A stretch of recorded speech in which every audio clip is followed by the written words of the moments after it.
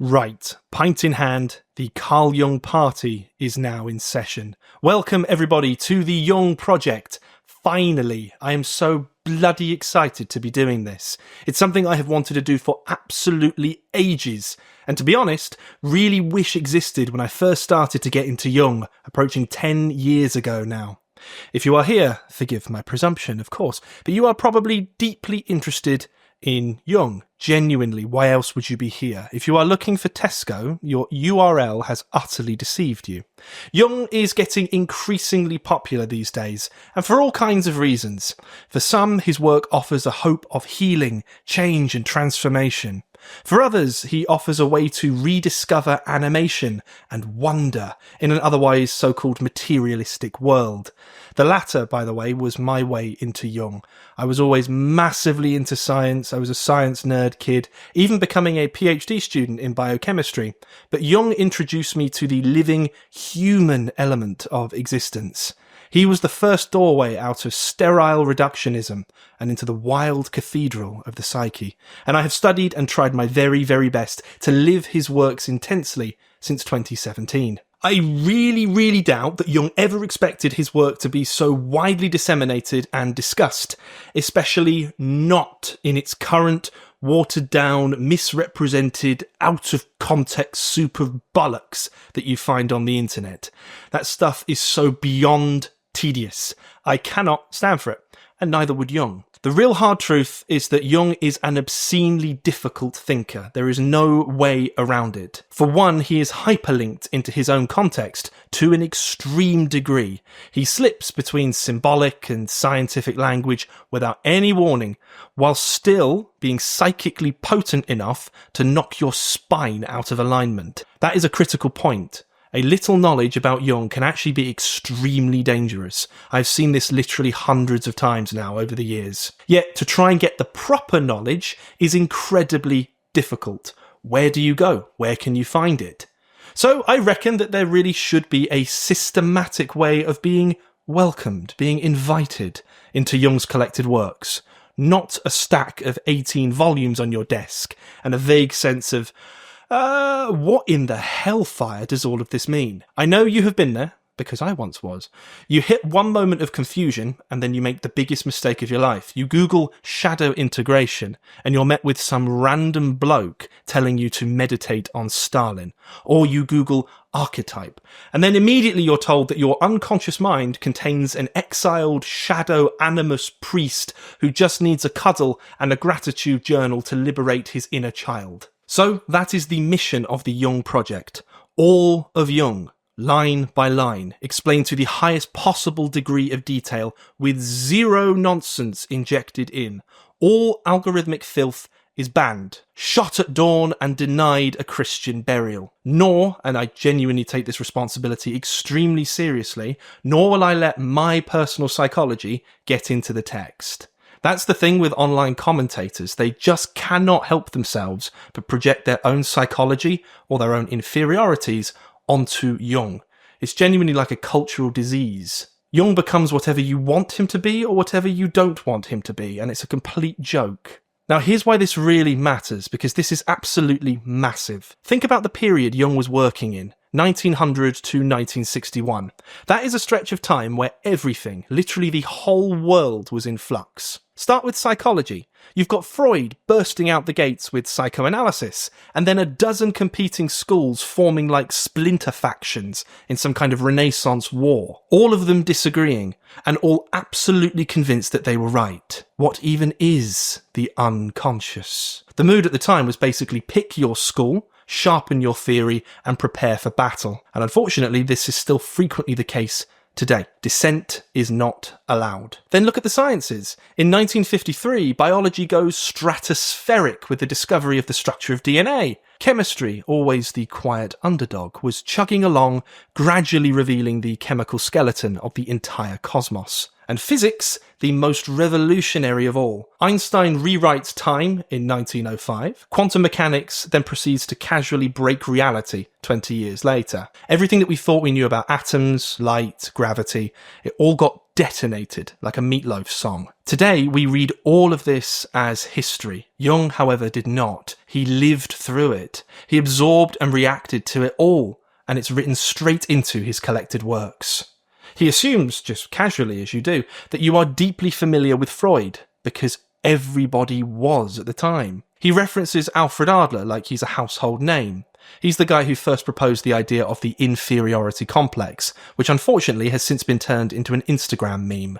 To Jung, Freud and Adler were literally taken for granted context. The same goes for the culture. He references Nietzsche constantly, especially Zarathustra. Goethe's Faust was basically his secular Bible. Literally, back then, everybody knew Nietzsche and Goethe the way a teenager today knows Mr. Beast. They could reference their greatest hits, knew their personalities, and absolutely bought their merch. To be clear though, Goethe did not sell merch. But if he did, the intellectual elite of Europe would absolutely have gone mental for it.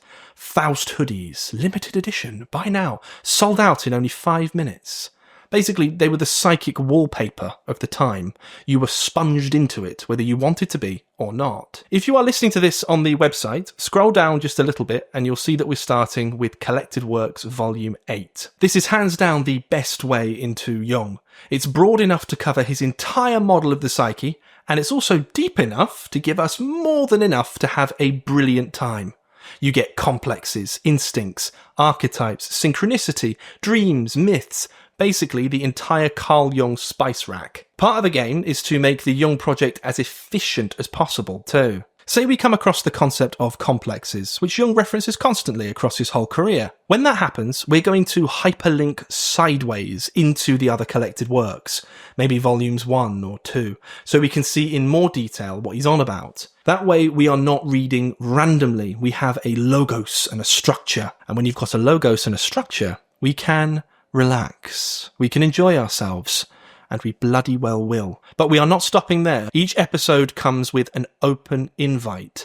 I would love, and I would genuinely feel privileged, to chat with everyone who is subscribed to the podcast over on our Discord server. This bit is obviously totally optional. If you would rather just be a lurker, or for some reason you're allergic to Discord, that's no problem at all. You are welcome to listen along in complete peace. But my dream for this is to foster a community of people who take Jung seriously, want to study him in depth, and most importantly, want to live something resembling a Jungian life. This I feel beyond passionate about. There will be no gatekeeping.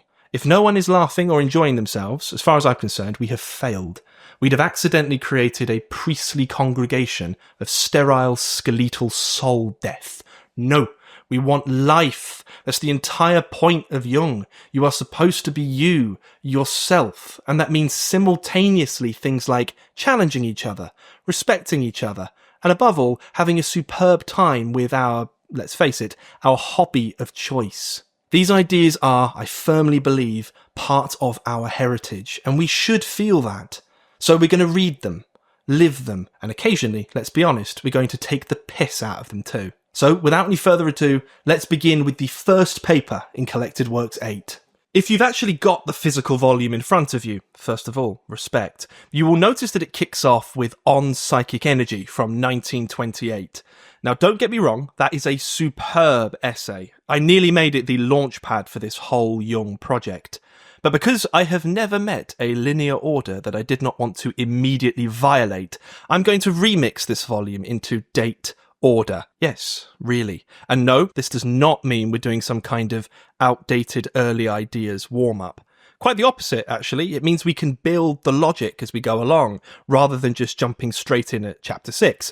We have no idea who killed who, or why everyone is suddenly talking about psychic energy, like it's a new pre-workout supplement. So we're beginning with Instinct and the Unconscious, presented in July 1919 in London, Because of course, if you are going to debut the word archetype, it may as well be in a room full of professional metaphysicians, Oxford dons, desperately pretending that they understand you. The event itself was a joint academic knees-up hosted by the Aristotelian Society, the Mind Association, and the British Psychological Society. 3 societies for the price of 1, and they're all probably fighting over who gets the port. You know exactly how these academic meetings go.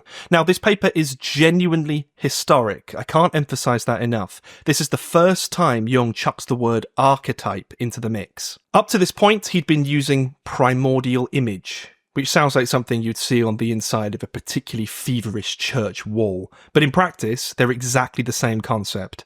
The editors of the collected works even point this out. Primordial image is literally just archetype, but with a bit more artistic license. But here's the best bit. Instinct and the unconscious is not just Jung saying, here's a new word, off you pop. It's a full-on tour de force for what the unconscious has within it. It's proper stuff, and Jung demands rigour.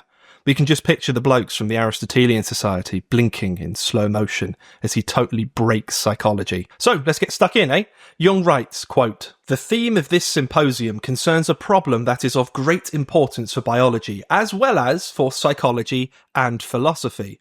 But if we are to discuss the relation between instinct and the unconscious, it is essential that we start out with a clear definition of our terms." Right then, Jung opens by smashing straight through the wall with that most sacred of academic rituals.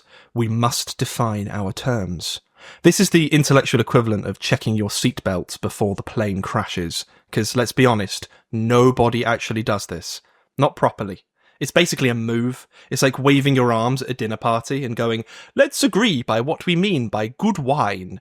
And then 5 minutes later, everyone's beating the hell out of each other because someone has brought up Lambrini. Case in point, Charles Darwin himself, in The Origin of Species, literally says, "I will not attempt any definition of instinct." This is absolutely classic Charles. "I shan't define it," he says, and then he immediately spends 3 pages describing it in utterly forensic detail. In essence, Darwin defines instinct as inherited behaviour that pops up in an animal, especially when it's a baby. Without any training, it's performed unconsciously, and it's identical across the species. But it has just enough flexibility that it almost looks clever. Basically, it's a program running in the background. You get the full sequence in order with no ad-libbing allowed. His best example, right? Take a caterpillar.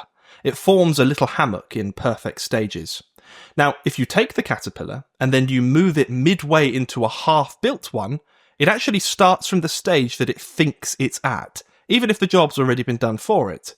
The thing just barrels on. He's blissfully unaware that he's been dropped into a set piece. So instinct is not a matter of the animal simply responding to the environment. No, it's playing out a hardwired, inherited script with no improvisation permitted. But, and here's where biologists start to feel their genome decaying under their skin, if you try and define instinct, you immediately start sinking into philosophical quicksand.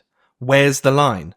What about learned behaviour? How does that tie in? What about adaptation? And before you know it, you've invited the caterpillar to Wetherspoons, the pair of you are hugging, going, "I love you, bro. Love is the only real instinct." And when someone asks if you two are drunk, the caterpillar pipes up, "We are not drunks. We are multimillionaires." Jung's move here is genuinely serious. He's saying, if you want me to compare instinct and the unconscious, 2 things which right now are vague as hell, then I want the finest definition known to humanity, and I want it here, and I want it now. And that's exactly where this paper kicks off. Jung continues, quote, "With regard to the definition of instinct, I would like to stress the significance of the all or none reaction formulated by Rivers. You might know the all or nothing principle from neuroscience. A nerve either fires or it doesn't. It's like an old light switch. It's on or it's off. There's no dimmer. There's no just a little bit. Here's how it works. A neuron sits there with its voltage across the membrane, like a tiny battery, all smug. Sodium on the outside and potassium on the inside. If you flick it, give it a little nudge, nothing's going to happen. But give it enough sodium comes flooding in, and you hit the threshold. Boom. An action potential. That's a nerve firing. Full signal, or nothing at all. No 15%, no 62%. It is literally 100% or 0. Now, this is what W.H.R. Rivers, the bloke that Jung is quoting, was pointing out well before anyone had EEG machines or knew what a neurotransmitter even was. Rivers was an English neurologist, an absolutely brilliant guy, and he was famous for treating shell-shocked World War I soldiers. He was also up to his eyeballs in very early nerve studies. And his key point, reflexes and instincts work the same way. You don't get half a reflex. There's none of this, baby's first instinct. You either get the whole behavioural pattern, or you get nothing. No warm-up, no fade-in, just boom, there it is. And that's exactly what Jung seizes on. When he cites Rivers' all-or-nothing reaction, he means instinct is not some vague urge or like a background mood. It's a full script. It's preloaded, ready to run, and once you press play, it goes the whole way from start to finish. But, plot twist, modern biology quietly moved the goalposts while nobody was looking. The classic studies for the field today come from ethology. That's the study of animal behaviour. Now, enter Konrad Lorenz, an absolute fridge of a man. I said to my wife, Julia, we are going to have a picture of him on the wall.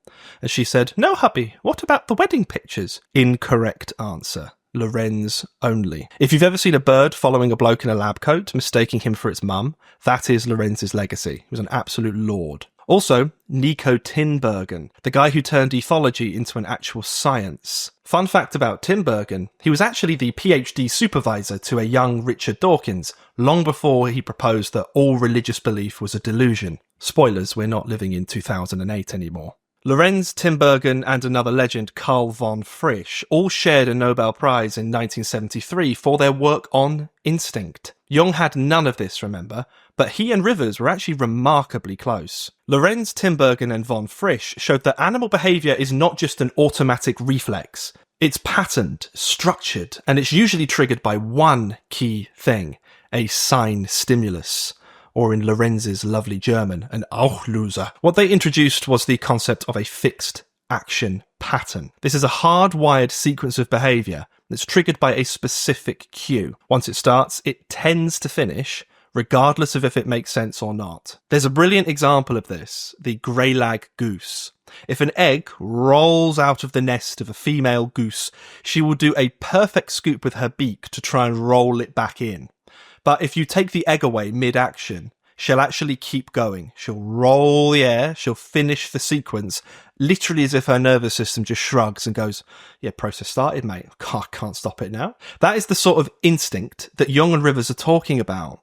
It's a pattern that once triggered, it fires. But life isn't quite so binary. Even Lorenz and Tinbergen, after a few decades of goose watching, admitted that animals can actually adjust. And if we think about it, this is obvious. They can pause, repeat, skip steps, or even suppress the entire pattern based on context, mood, hunger, or what happened to them last time. So these days, instinct is seen less like a computer program, and it's more like acting in a Shakespeare play after 6 pints. There's a script, absolutely, but there's always room for, how should we say this, improvisation. Cock-ups, or you can skip half the lines if you want to. In sum, an instinct has a trigger point and a strong bias towards running start to finish, but some inbuilt wiggle room is there. That means that Rivers is technically wrong. Well, he's not wrong, but he's not fully right.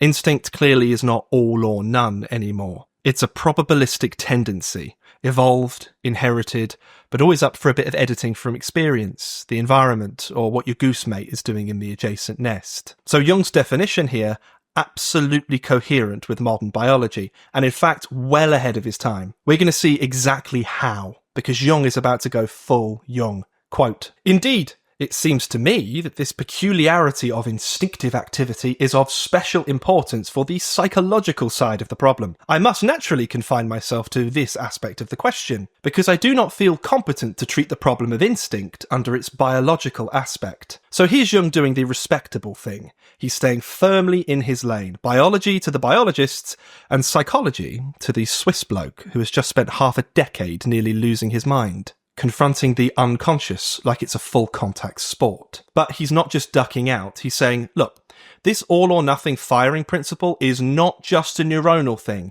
it matters for psychology too. Let's see where he takes it. This next bit is a slightly longer quote, and I'll break it down as we go.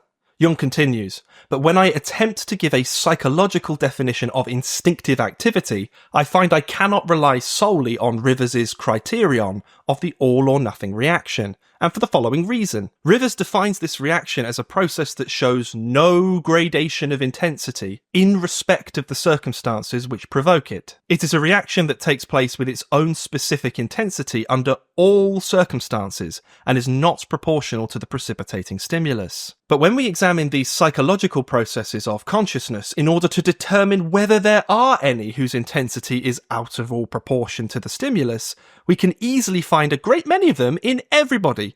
For instance, disproportionate affects, impressions, exaggerated impulses, intentions that go too far, and others of the kind. It follows that all these processes cannot possibly be classed as instinctive processes, and we must therefore look round for another criterion. This is a brilliant section, and again it gives us a beautiful bridge to several different fields all at once. Jung is saying that Rivers' all-or-none model works absolutely fine in biology. An instinct fires with the same intensity no matter what triggered it. Great. But in psychology, that is not what we see. He's basically saying we do not just pop into our behaviour fully formed. We can feel things build inside of us. We can notice things like disproportionate emotional reactions and even anticipate when that threshold is going to be crossed. It's graduated and shaded, prefigured. It's not a clean on-off. Here's an example. Imagine you're just going about your day, you're minding your own business, musing about Konrad Lorenz, when a seagull drops its lunch all over you. You get the hit. Mild anger, a flicker of annoyance. But because there are people around you, you do not go full Mike Tyson on the seagull. It gets to live, for now. Then you get back to your car, and the engine won't start. It's a sweltering hot day, you can't find your AA details, and your phone is about to die because you're an idiot and didn't charge it last night. Now the irritation is properly building. 2 hours later, car finally fixed, you get home.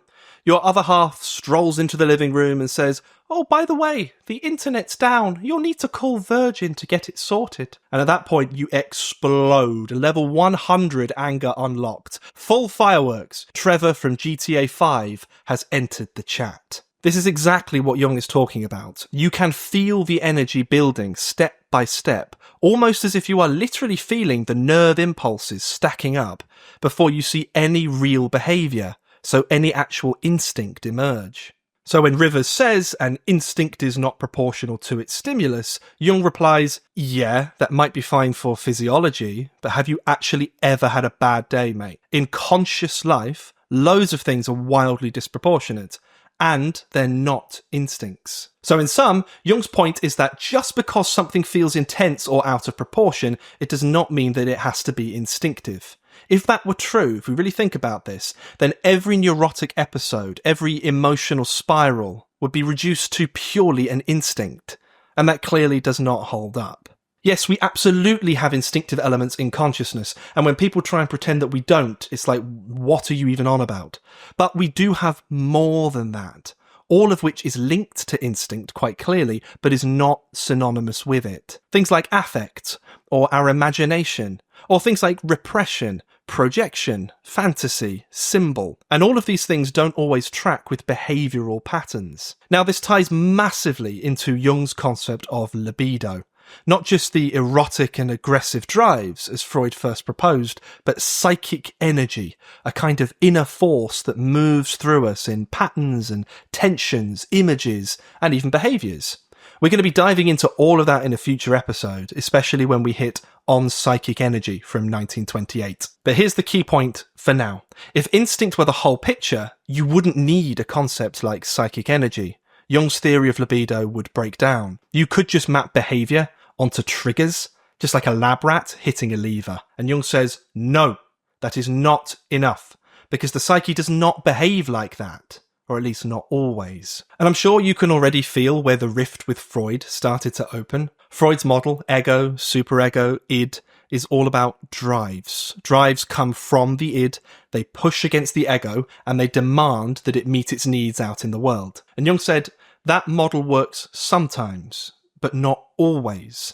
There is more going on here than just drive pressure and repression. There's an entire inner landscape which we really need to look at rather than just flatten it down into a single category. All of this today is still controversial in some circles, especially behaviourist ones. Behaviourists are not interested in intrapsychic life whatsoever. Their entire orientation is external, what can be observed, measured, modified. If you've got anxiety, well, change your behaviour. If you've got depression, change your schedule, mate. No problem. If you've got an inner conflict, that doesn't matter. Just go and do something different. That is the behaviourist angle. It's a large component, actually, of the ever-popular cognitive behavioural therapy, or CBT. This is the darling of the NHS for pretty much everything, from relationship problems to severe anxiety. It's cheap and cheerful, basically. That's not me just dismissing CBT, by the way, but the standard of training is absolutely dreadful. You know, in the UK, on the NHS, you can get text-based CBT. Yeah, you can literally text with your CBT therapist who gives you homework to do on how to change your thoughts and behaviour. That's not depth psychology. That is a joke. Surely that's a joke. Quite clearly, Jung's approach is the opposite. Anyway, let's keep going. Quote, "We use the word instinct very frequently in our ordinary speech. We speak of instinctive actions, meaning by that a mode of behaviour of which neither the motive nor the aim is fully conscious, and which is prompted only by obscure inner necessity. This is absolutely true. How many times have you heard, 'Just trust your instincts'? It's like Alec Guinness's ghost whispering, 'Use the force, Luke.'"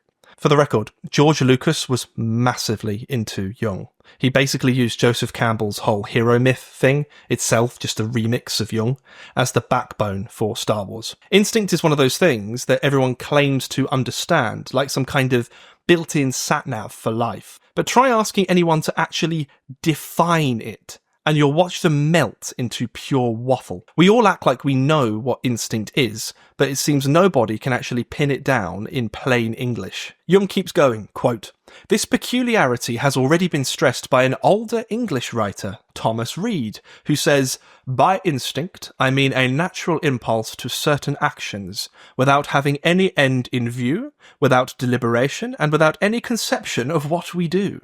For the record, Jung's referring to Thomas Reid's 1788 magnum opus called, wait for it, Essays on the Active Powers of Man. Frankly, that is a superb title. You do not get books like that anymore. These days you'd get stuff like How to Stop Overthinking, or The 12 Habits of Highly Effective Yas Queens. Reid himself, no relation to Riley Reid, by the way, unless she's into common sense epistemology, was a proper Scottish Enlightenment philosopher. Like David Hume, but not quite as fiery. He's the kind of bloke who'd stare at a cow in a field for hours and then write this big treatise on why you felt compelled to pat it on the head. He was genuinely a serious operator in his time, and he wrote about everything from common sense to perception and apparently instinct. Jung continues, quote, "Thus, instinctive action is characterized by an unconsciousness of the psychological motive behind it, in contrast to the strictly conscious processes which are distinguished by the conscious continuity of their motives. Instinctive action appears to be a more or less abrupt psychic occurrence, a sort of interruption of the continuity of consciousness. On this account, it is felt as an inner necessity, which is, in fact, the definition of instinct given by Kant." So, Jung is moving fully into psyche territory now. He's already covered the biology, of course, the all-or-nothing firing principle, where an instinct either goes off or it doesn't, no half measures. But from the psychological side, he's saying we can actually feel instinct from the inside. It's phenomenology, to use the technical word. What is it like experientially when an instinct suddenly barges its way into consciousness? That abrupt inner nudge, the must do this now feeling. This is where Immanuel Kant, German philosopher monumentally famous, like the Einstein of philosophy, shows up. Kant says that instinct is felt as an inner necessity. Necessity for what, though? Where does the goal come from? How does your instinct know what it wants? Now, Kant, to his credit, was one of the few philosophers who genuinely intuited a huge amount about the psyche, long before it was even called that. Probably second only to Nietzsche, despite Nietzsche calling Kant something like a boring Königsbergian bag of wet sand. He prefigured a load of what Jung would later propose, just in much more technical philosophical language.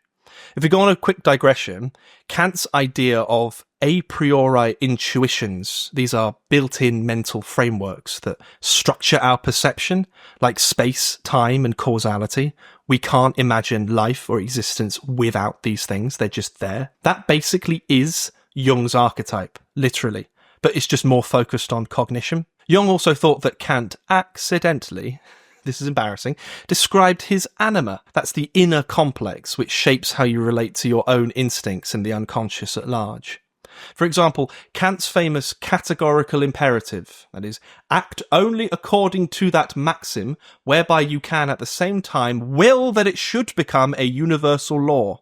Jung reckoned that this was Kant's anima complex, trying to impose order and routine on his psyche. Removing the metaphysics from it, it would be, act as if your morning routine should be enshrined in law. You're going to wash, then brush, and then put on the same hat every single day. This is not a joke, by the way. Kant was famous for being so robotic in his habits that the neighbours used to set their clocks by his daily walk. And remember, this is long before any online grifter discovered the morning routine. We'll go deeper into Kant as the Jung Project unfolds, but I had to drop that there. He is too central to Jung's context to skip. Same thing with Konrad Lorenz too, by the way. He thought that Kant got basically everything right. So in short, we don't just do instinct. We feel it as something that arrives, uninvited, with its own psychic urgency.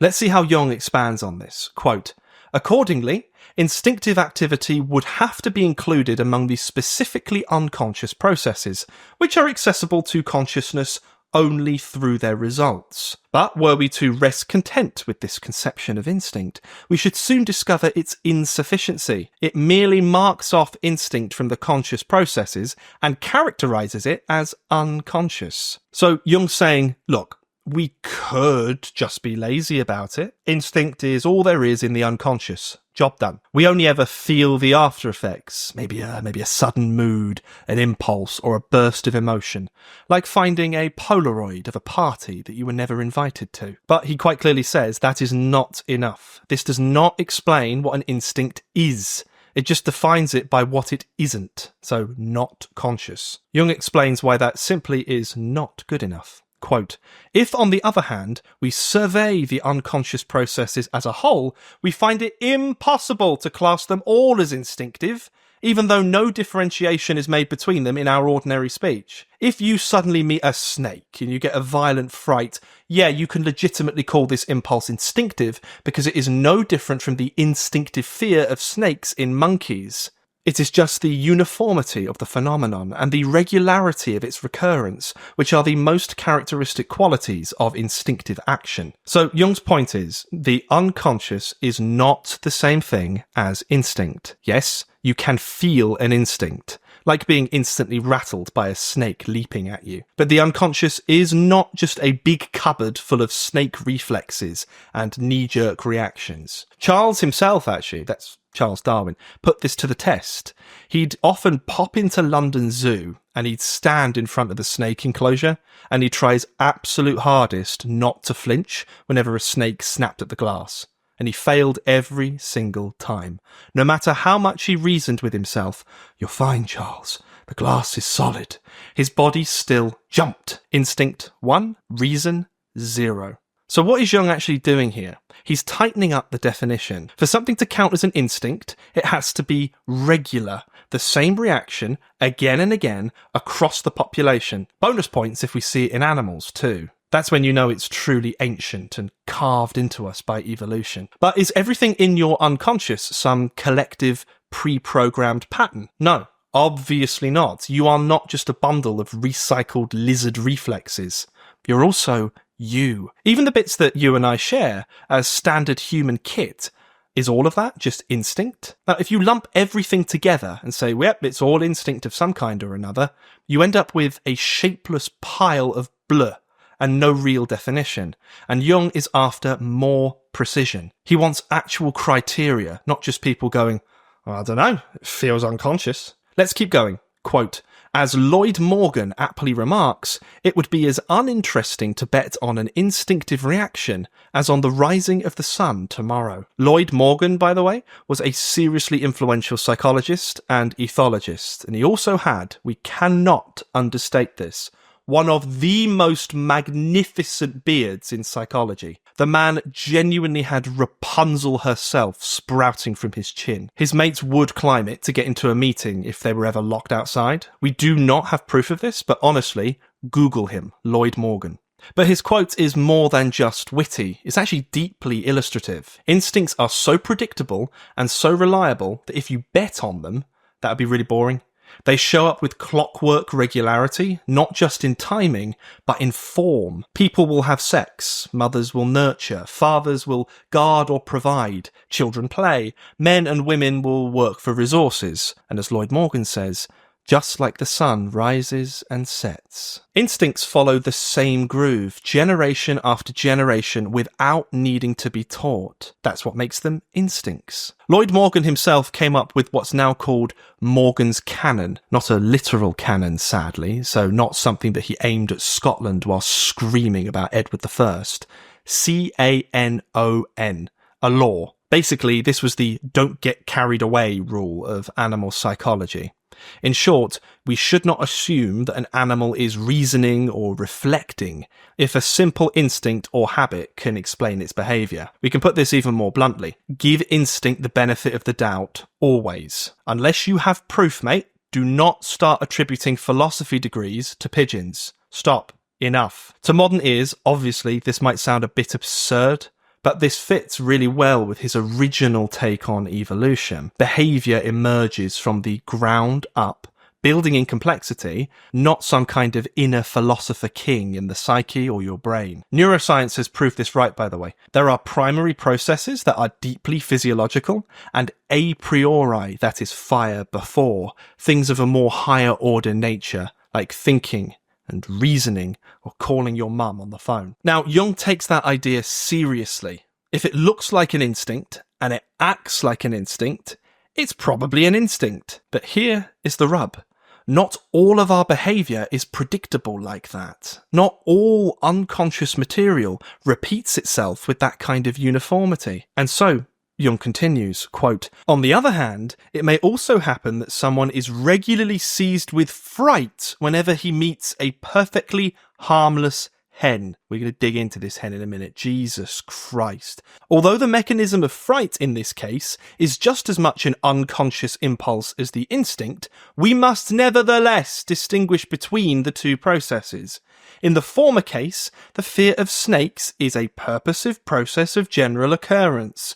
The latter, when habitual, is a phobia and not an instinct, since it occurs only in isolation and is not a general peculiarity. Please, for the love of Christ, can we talk about this perfectly harmless hen that Jung has just referenced? I know in this day and age everyone is all sensitive and we need to put trigger warnings in front of things, but let's face it, if you are afraid of a chicken, if whenever you see a nugget you enter into an existential spiral, there is clearly something wrong. There is a mismatch between the instinct that is innate to all people and the trigger or the outside image. That's Jung's point. There is no way, I don't care how much it hurts people's feelings, that we have to give everything the benefit of the doubt. There is no way Charles would look at that and go, yes, that is absolutely what I had planned.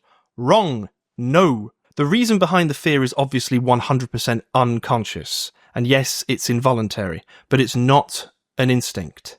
Jung actually says explicitly, it's a phobia, therefore making a demarcation between the two within the psyche. Why? Well, we know this, we've done this to death. Instincts are species-wide, they're purpose-driven, they're evolutionary conserved. That's the definition we've been working with. So if we're talking about snakes, yes, everyone's going to jump at a snake. Everyone's going to duck whenever Lloyd Morgan starts screaming at them. Those are instincts. But not everybody is supposed to panic at the sight of a humble chicken. There is zero evolutionary trauma involving a rogue hen laying absolute waste to your ancestors. I have never once in my life seen a cave painting of a heroic chicken hunter going, all right, mate, we're going to go kill old MacDonald now because he had a fucking farm. And there is absolutely no ancient prophecy that says, beware of the fowl. When was the last time that you entered into a KFC and you saw a bunch of people suffering a mass psychogenic fugue at the bucket? This is where Jung draws the line. Not all involuntary, unconscious reactions that we have are instincts. Some of them are just a bloke in the co-op having a meltdown in front of the eggs. This whole topic is such fertile soil, and I really wish that Jung went into it here, but he just doesn't. This is a huge hint towards Jung's theory of complexes, these autonomous psychic or really psychobiological units that are part instinct and part personal experience. They're the psychodynamic bridge between what Jung's talking about with the phobia and the unconscious. Anyway, Jung's about to go mental. Quote, "There are many other unconscious compulsions of this kind. For instance, obsessive thoughts, musical obsessions, sudden ideas and moods, impulsive affects, depressions, anxiety states, etc., etc. These phenomena are met with in normal as well as abnormal individuals. Insofar as they occur only in isolation and are not repeated regularly, they must be distinguished from instinctive processes, even though their psychological mechanism seems to correspond to that of an instinct. They may even be characterized by the all or nothing reaction, as can easily be observed in pathological cases. In psychopathology, there are many such cases where a given stimulus is followed by a definite and relatively disproportionate reaction comparable to an instinctive reaction." There you have it. That's exactly as we just outlined. Jung is stating that the full spectrum of regularly occurring psychic states or compulsions, so anxiety, depression, obsessions, sudden ideas, impulsive moods, everything you'd find in the DSM-5, basically, these all have an instinctive component, but also something else is going on. Jung is holding to his own criteria. For something to count as an instinct, it has to crop up regularly across a population. And again, bonus points if you see it in the animal kingdom as well. So when we look at animals in a zoo, what do we see? You're going to see anxiety, depression, and all sorts of odd, repetitive behaviours. You see things like parrots plucking their own feathers out, bobbing their heads, and pacing backwards and forwards. Chimpanzees, and this is well documented, will even resort to compulsive masturbation, like they're desperately trying to short-circuit their own psychic instinctive tension. There is clearly definitely an instinctive element at play in psychopathology. If there wasn't, you would not see the same behaviours and states all the time across different species. There is a superb book on this, by the way, Anthony Stevens and John Price, Evolutionary Psychiatry, A New Beginning. They go through every classification of neurosis, like basically all of them, and trace it right back to instinctive roots. It's a monolith of a book. I really, really love it. It's one of Yulia's favourites as well. Essential reading. So instinct is in the mix for stuff like anxiety, depression, etc. But it is not the whole picture. Let's keep going. Quote, "All these processes must be distinguished from instinctive ones. Only those unconscious processes which are inherited and occur uniformly and regularly can be called instinctive. At the same time, they must show the mark of compelling necessity, a reflex character of the kind pointed out by Herbert Spencer."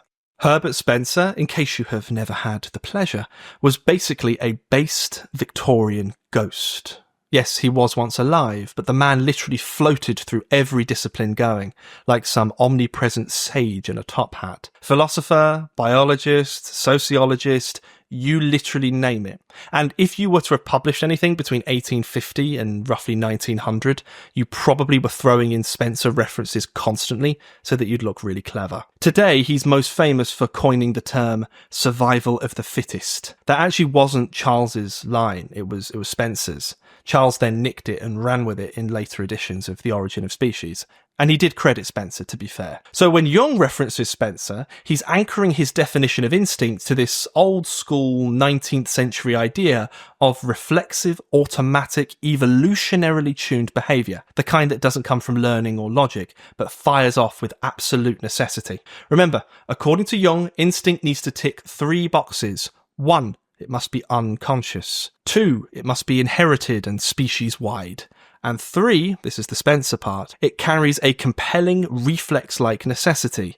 It must happen. That's what sets instinct apart from all the messy, unpredictable, and often embarrassingly individual reactions that go on in the unconscious.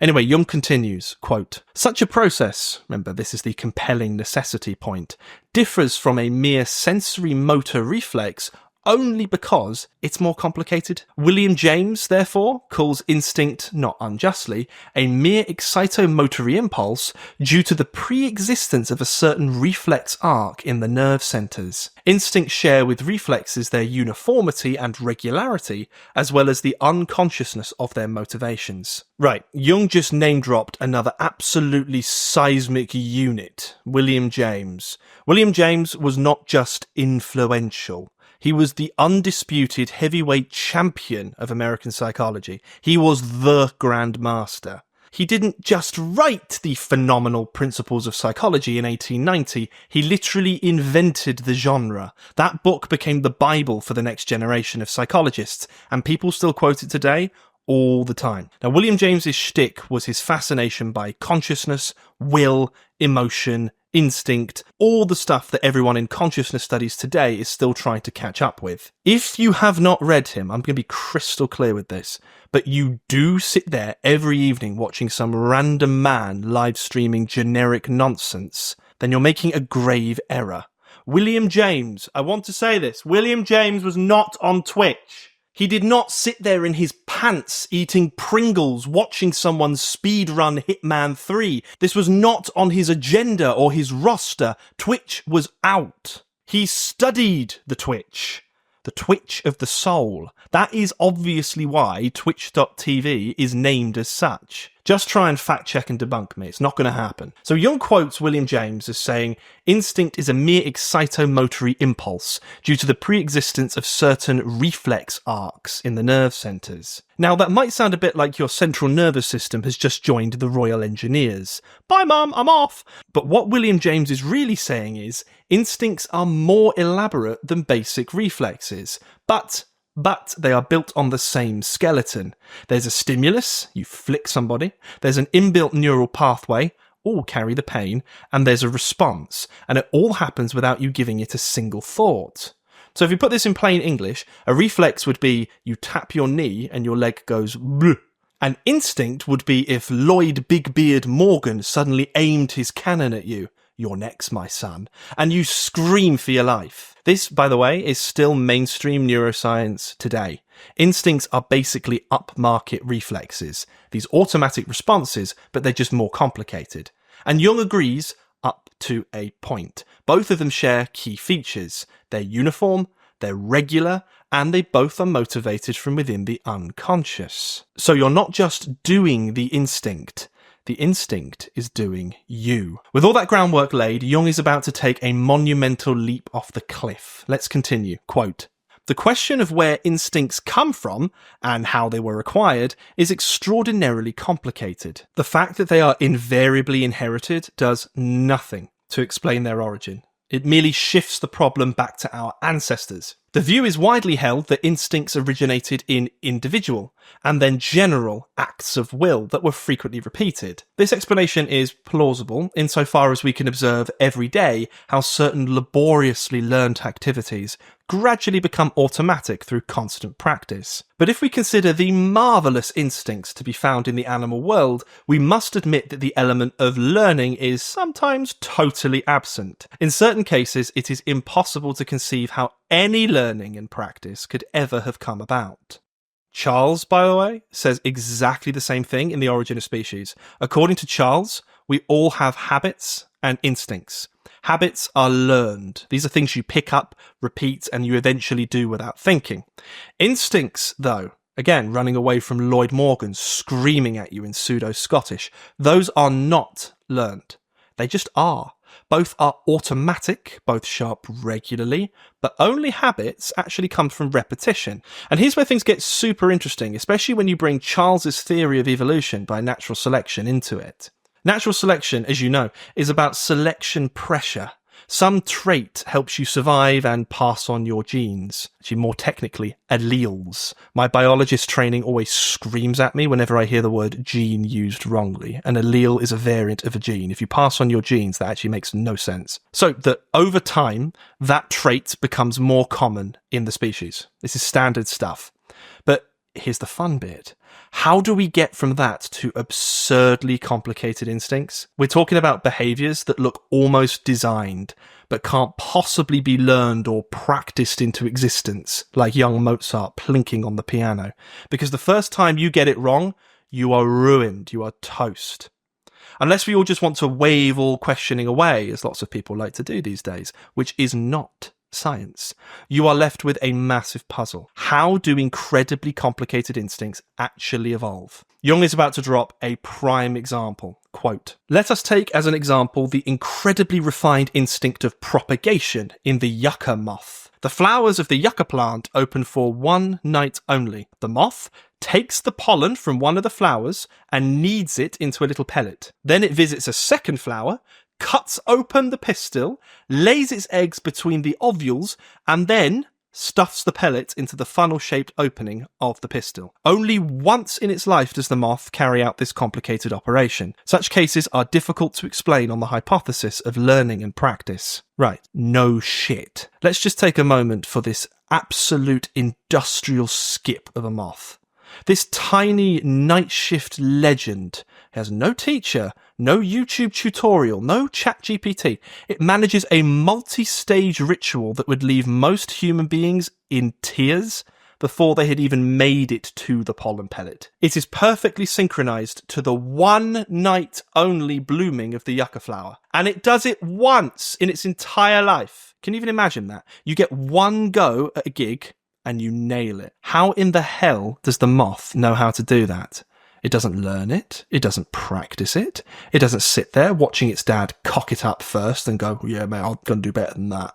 It just emerges, its wings still drying, and it goes, right, let's absolutely boss this ancient flower heist. The moth bloke is running ancestral code that nobody taught it. It doesn't get a second chance. It doesn't read the instruction manual. So clearly we're left with the million-dollar question. What the hell is inside this little monstrous creature that lets it pull this off? Not just at the level of DNA, epigenetics, intracellular cascades, but psychologically, experientially. How is this sequence encoded, triggered, and timed? It's like the world's shortest but most perfect heist movie, the insect version of Ocean's 11.